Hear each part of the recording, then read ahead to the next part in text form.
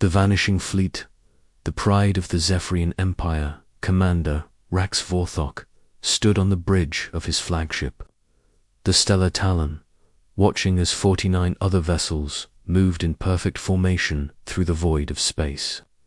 Each ship represented the pinnacle of Zephyrian military engineering, equipped with sensors that could detect a grain of sand from 3 light-years away and weapons capable of cracking moons in half. The scout fleet was the pride of the Empire, and Vorthok was its most decorated commander. The target system lay ahead of them, an unremarkable collection of planets orbiting a yellow star that the locals apparently called Sol. According to the Empire's intelligence reports, this system housed a primitive species that had barely achieved faster-than-light communication, let alone travel. They called themselves humans, and their technological development suggested they were at least 2 centuries behind the Empire's current capabilities. Commander, Lieutenant Kess, Thyron called from her communication station, her voice carrying the excitement of youth. We're receiving updated intelligence from High Command.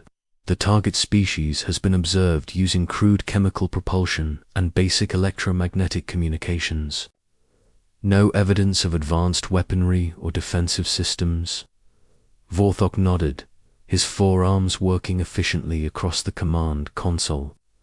The Zephyrians had conquered 18 star systems in the past decade, each victory adding to the Empire's growing influence in this sector of the galaxy. Most species surrendered once they witnessed the technological superiority of the Imperial fleet. Those who didn't were quickly reminded of their place in the cosmic order. Maintain standard approach formation. Vorthok commanded, all ships are to conduct detailed scans of each planetary body. We need complete intelligence on their infrastructure, population centers, and any military installations they might possess. The truth was, this mission felt almost insulting to Vorthok's abilities. 50 of the Empire's most advanced scout ships against a species that hadn't even established colonies beyond their home planet. It seemed like overkill, but High Command insisted on thorough reconnaissance before beginning formal annexation procedures. Entering the Naz, the fleet crossed into the outer regions of the Sol system. The first anomalies began to appear. Captain Nex Valdris of the scout ship Shadow Seeker was the first to report unusual readings. Commander Vorthok, Valdris's voice crackled over the communication channel. I'm detecting some strange energy signatures near the outer planets. They don't match any known technology in our databases. Vorthok frowned, his primary eyes focusing on the tactical display, while his secondary eyes monitored the communication. Feeds. Specify the nature of these signatures, Captain. They appear to be some form of low-level energy field, almost like a monitoring network. But the technology is ... different, more sophisticated than what we expected from this species. Lieutenant Thyron looked up from her station, confusion evident in her expression. Sir, I'm not receiving any direct communications from the human civilization. Our intelligence suggested they constantly broadcast various signals across their planet, but space around their world seems unusually quiet. Something cold settled in Vorthok's stomach. In his 20 years of commanding reconnaissance missions, he had learned to trust his instincts. The galaxy was full of species that appeared primitive on the surface, but harbored hidden capabilities. The Zephyrians themselves had once been underestimated by the ancient Mordak Empire, a mistake that led to the Mordak's complete destruction. All ships, increase scanning intensity, Vorthok ordered. I want detailed analysis of every asteroid, every piece of space debris, every cosmic dust particle in this system. Something doesn't feel right. Over the next several hours, the fleet moved deeper into the Sol system. their advanced sensors painting a picture of what appeared to be a typical developing civilization. The humans had established a few basic orbital installations around their home planet and had sent primitive probes to several neighboring worlds. Nothing in their observable technology suggested they posed any threat to the Imperial fleet. But the strange energy signatures continued to grow stronger. The first disappearance, the Voidwalker, commanded by Captain Zenkorath, was conducting detailed scans of the fourth planet from the star when it simply vanished. One moment it was transmitting routine reconnaissance data, the next moment there was nothing. No distress signal, no explosion, no debris field. The ship and its crew of 12 simply ceased to exist. Commander, Lieutenant Thyron's voice pitched higher with alarm. "I've lost all contact with the Voidwalker. All tracking signals have gone dark." Vorthok immediately ordered the fleet to halt their advance. "All ships, report status immediately. Begin emergency protocols and activate full defensive systems." The responses came quickly.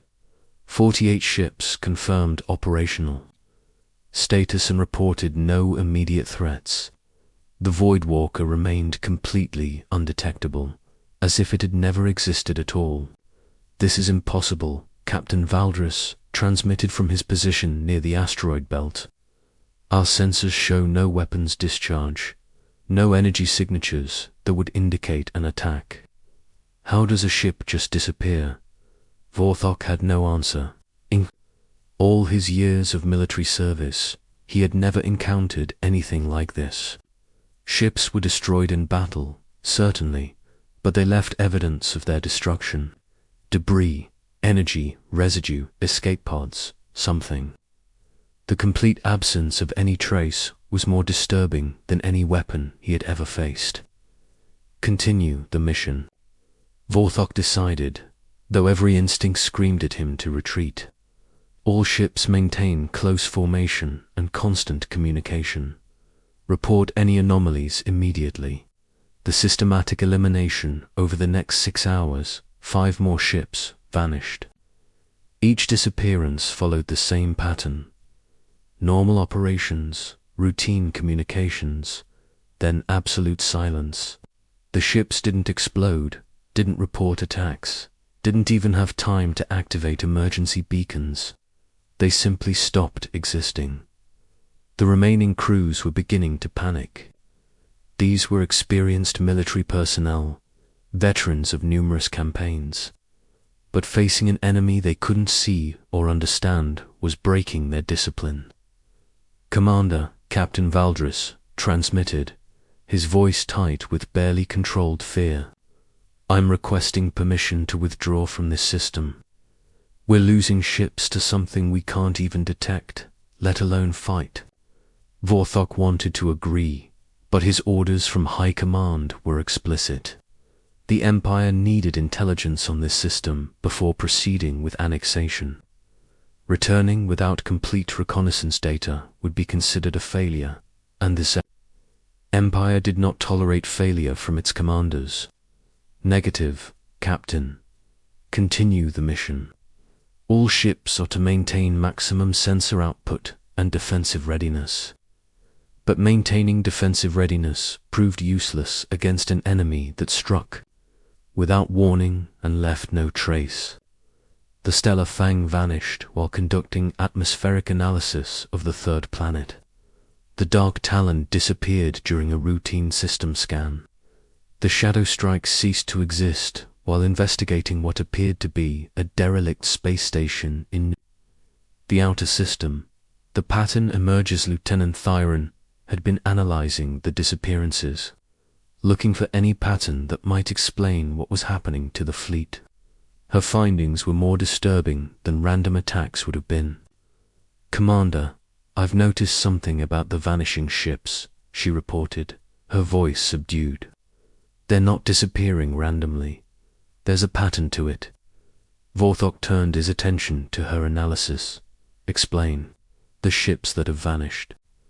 were all conducting detailed scans of specific targets. The Void Walker was analyzing the fourth planet's geological composition. The Stellar Fang was studying atmospheric conditions. The Dark Talon was investigating energy readings near the second planet. It's as if something is eliminating any ship that gets too close to discovering something important. The implications sent a chill through Vorthak's body.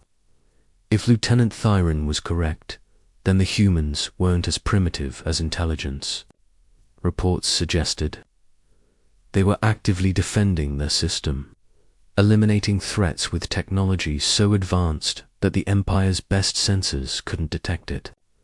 All ships immediately ceased detailed scanning operations, Vorthok ordered. Maintain position and passive observation only. But the order came too late. Even as he spoke, 3 more ships reported losing contact with their companion vessels. The fleet that had entered the Sol system with overwhelming confidence was being systematically destroyed by an enemy they couldn't see. Desperate measures with only 31 ships remaining, Vorthok made a decision that went against every principle of Imperial military doctrine. He opened a communication channel on all frequencies, hoping to make contact with whatever force was eliminating his fleet. "This is Commander Rax Vorthok of the Zephyrian Imperial Fleet," he broadcast into the void. "We are conducting peaceful reconnaissance of this system. If there is an intelligent force responsible for the disappearance of our vessels, we request immediate communication to discuss terms for our withdrawal." The response came not through their communication systems, but through a direct manipulation of their ship's displays.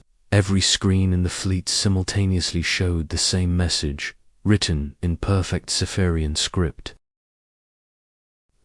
The message appeared and disappeared so quickly that some crew members questioned whether they had seen it at all, but the ship's computers confirmed the data intrusion.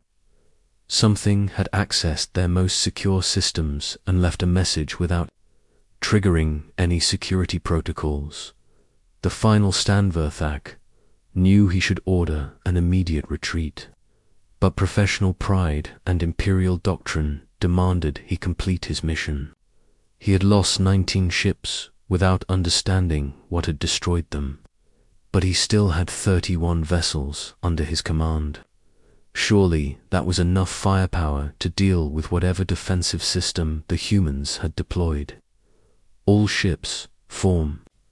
Attack formation Gamma 7, he commanded. "Target the third planet. Full weapons, charge. If they want to hide behind their technology, we'll force them into the open." The remaining ships moved into attack formation, their weapons systems powering up with energy signatures that could be detected from light years away. For a moment, Vorthok felt a surge of confidence. This was what Imperial ships were designed for. Overwhelming firepower, applied with surgical precision. The feeling lasted exactly 12 seconds.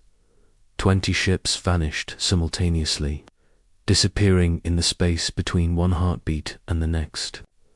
No explosions, no debris, no final transmissions. One moment they were there, weapons charged and ready for battle. The next moment empty space stretched where the pride of the Imperial fleet had been. Last, Transmission Commander Vorthok found himself commanding a fleet of 11 ships. All that remained of the 50 vessels that had entered the Sol system with such confidence. His crew looked to him for orders, but what orders could he give against an enemy that could eliminate 20 ships without leaving a trace? "All remaining vessels," he transmitted, his voice steady despite the fear growing in his chest. "Begin.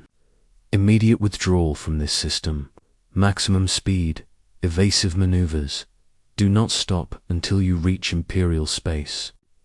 As his remaining ships turned to flee, Vorthok composed what he knew would be his final report to High Command.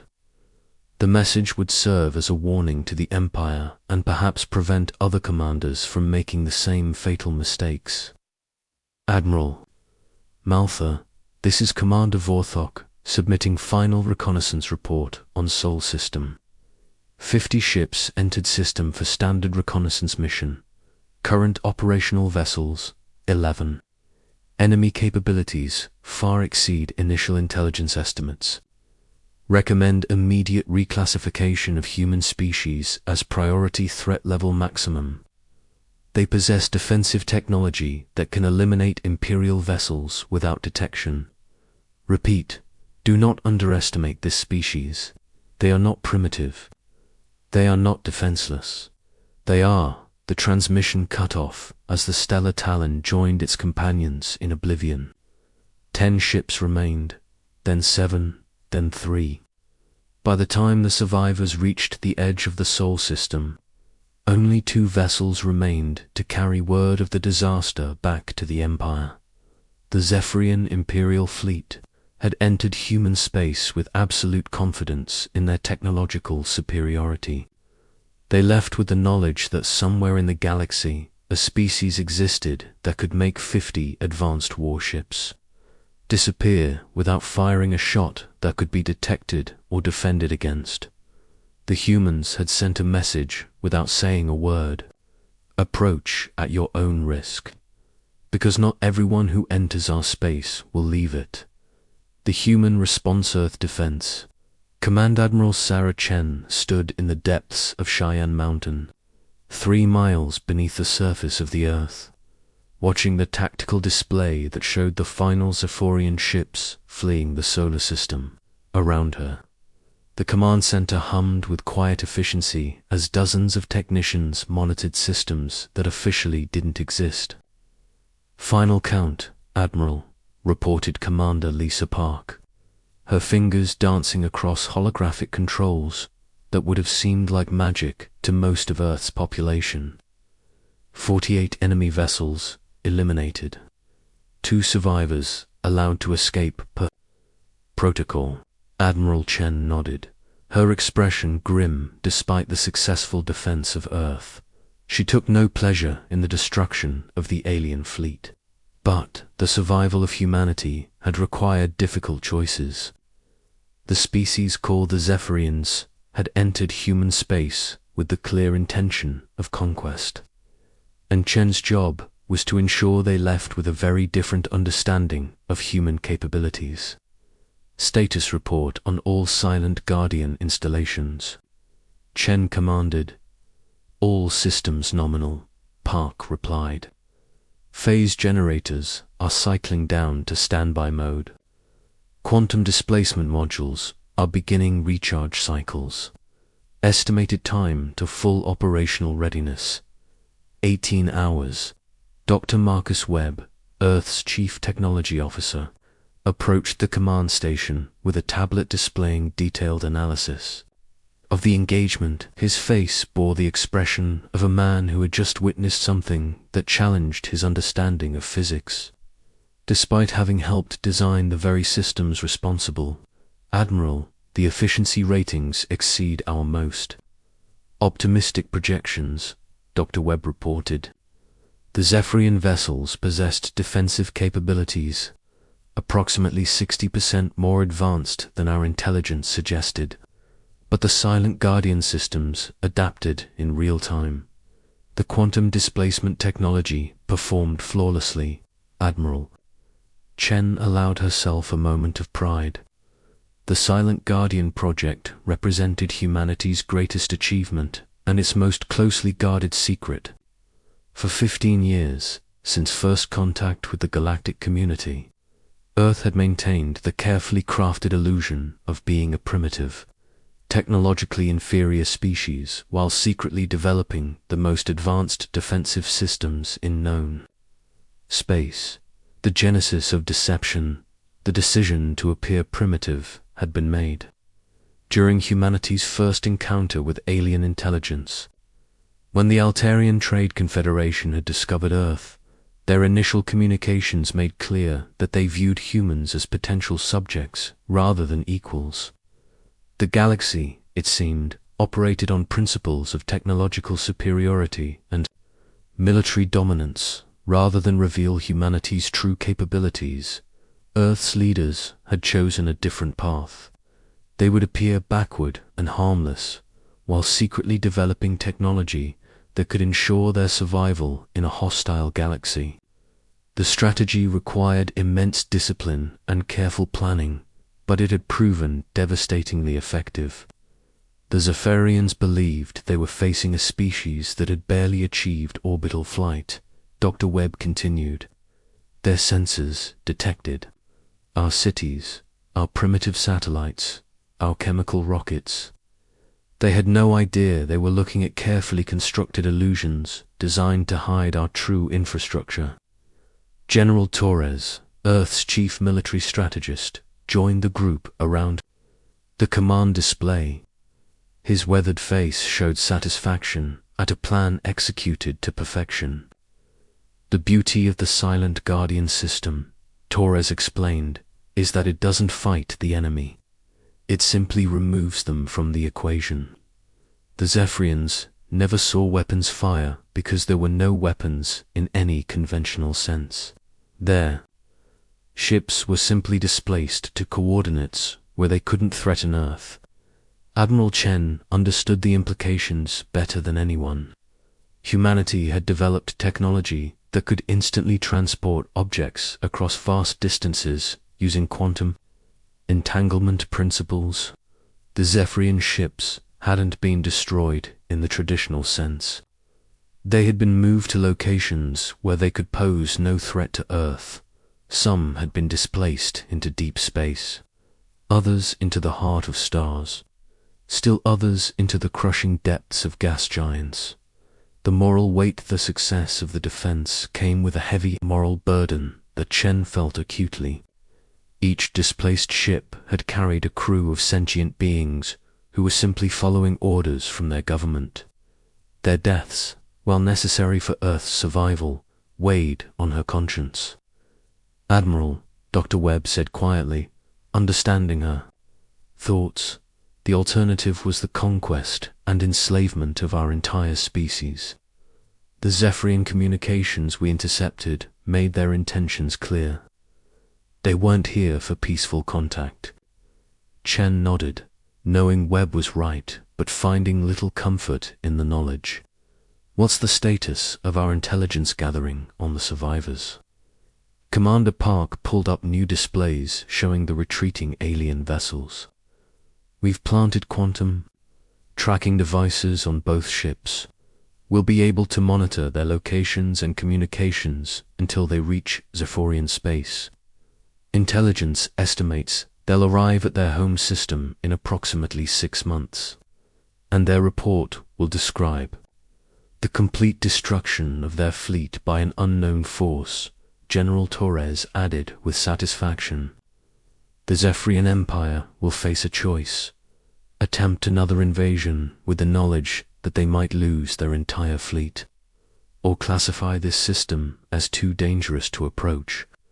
The psychological warfare aspect of the Silent Guardian protocol was as important as its defensive capabilities. By allowing a few survivors to escape, Earth ensured that word of the disaster would spread throughout the Zephyrian Empire and beyond. The message was clear: approach human space at your own risk. Asterisk, asterisk. Hidden infrastructure. What the Zephyrians had failed to detect was the vast network of installations that honeycombed the solar system. Every asteroid of significant size contained hidden monitoring stations. The moon housed the primary computational cores that coordinated defensive actions. Mars served as the central manufacturing facility for the quantum displacement devices that formed the heart of the Silent Guardian system. Show me the sensor analysis of their scanning attempts, Admiral Chen requested. The main display changed to show a three-dimensional map of the solar system, with red indicators marking each point where Zephyrian ships had attempted detailed scans. Every red marker was located near a concealed human installation. They came remarkably close to discovering our true capabilities, Dr. Webb observed. Another few hours of scanning and they might have detected the quantum resonance signatures from our displacement generators, which is exactly why the Silent Guardian protocol calls for immediate elimination of any vessel conducting detailed sensor sweeps. Commander Park added, "We couldn't allow them to gather intelligence on our actual technology level." Admiral Chen studied the display, noting how the alien ships had systematically approached each hidden installation. Their reconnaissance strategy had been methodical and professional, exactly what she would have expected from an experienced military force. Unfortunately for them, they had been playing a game where the rules were hidden and the consequences were fatal. Technological superiority, the true scope of human advancement, was known to fewer than 1,000 people across the entire planet. While the general population believed humanity was struggling to establish basic colonies on Mars, the reality was far different. Human technology had advanced in secret to levels that would have seemed impossible just decades earlier. The quantum displacement technology alone represents a breakthrough that changes everything. Dr. Webb explained as he called up technical specifications that were classified beyond the highest security levels. We can instantly transport any object to any location within a sphere roughly 10 light-years in diameter. The implications for both defense and space exploration are staggering. But the real advantage, General Torres interjected, is that our enemies don't know we possess this capability. The Zephyrians will report that their ships were destroyed by an unknown force. They'll theorize about exotic weapons or natural phenomena, but they'll never guess the truth. Admiral Chen walked to the observation deck that looked out over the command center. Hundreds of technicians worked at stations, monitoring the most advanced technology humanity had ever developed. All of it hidden beneath miles of rock in the Colorado mountains. "The question now," she said, "is what happens when the Zephyrians report back to their superiors? Will they attempt another invasion, or will they decide that Earth is too dangerous to approach?" The Galactic Response Intelligence intercepts from across the galaxy suggested that word of the disaster was already spreading. The Zephyrian Empire had a reputation for military efficiency and the complete loss of a 50-ship reconnaissance fleet was unprecedented in their recent history. Analysis of galactic communication networks indicates significant concern among multiple species. Commander Park reported, "Several civilizations are requesting detailed information about the Sol System incident. The Zephyrians are being pressed to explain how they lost 50 ships to a primitive species." Dr. Webb pulled up star charts showing the locations of known alien civilizations. The psychological impact may be even more significant than the military victory. We've demonstrated that approaching Earth without permission carries extreme risks. Other species will factor that into their strategic calculations. Admiral Chen found the irony satisfying. For 15 years, humanity had maintained the illusion of technological inferiority while secretly becoming one of the most advanced species in known space. The Zephyrians had discovered, too late, that appearances could be deceiving. Future implications. The success of the Silent Guardian system marked a turning point in human history. No longer would Earth need to hide behind the facade of primitive technology. The demonstration of their defensive capabilities would buy time for humanity to reveal their true technological level gradually. On their own terms, Admiral, General. Torres said, "I recommend we begin Phase 2 of the Revelation Protocol. It's time to let certain alien governments know that humanity is ready to join the galactic community as equals, not subjects." Admiral Chen considered the recommendation. Phase 2 involved selective revelation of human capabilities to carefully chosen alien species, building alliances with civilizations that could be trusted while maintaining defensive superiority over potential threats. Approved, she decided. Begin with the Altarian Trade Confederation. They were our first contact, and their government has shown a capacity for diplomatic evolution. Gradually reveal our actual technological level and propose formal alliance discussions. Dr. Webb made notes on his tablet. What about the Zephyrian Empire? Do we maintain the current policy of defensive secrecy? For now, yes, Chen replied. Let them wonder what happened to their fleet. Uncertainty can be more effective than knowledge when dealing with aggressive species.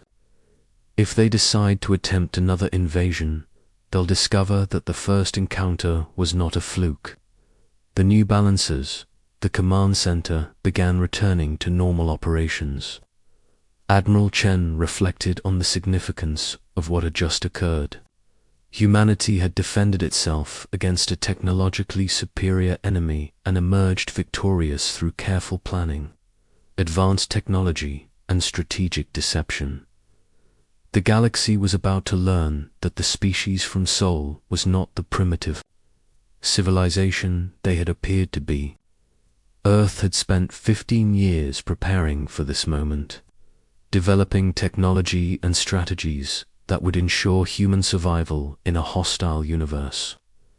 Commander Park, Admiral Chen said, begin monitoring all galactic communication networks for responses to the Zephyrian fleet incident. I want to know how every major civilization reacts to this news. Yes, Admiral. Should we prepare for additional defensive actions? Chen looked at the tactical display showing the peaceful solar system, its hidden defenses ready to protect Earth against any threat. Always, Commander.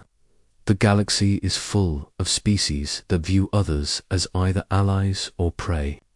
We've just demonstrated that humanity refuses to be prey. Now we need to show that we can be valuable allies. The Silent Guardian Protocol had proven its effectiveness beyond all expectations. 50 alien warships had entered human space with conquest in mind, and only 2 had survived to carry word of their defeat back to the Empire. The message was clear. Earth was no longer a target for easy conquest. Humanity had announced its presence on the galactic stage not with words or diplomacy, but with a demonstration of technological superiority that would be remembered for generations. The species that had once hidden behind primitive facades was ready to take its place among the advanced civilizations of the galaxy, on its own terms and under its own conditions.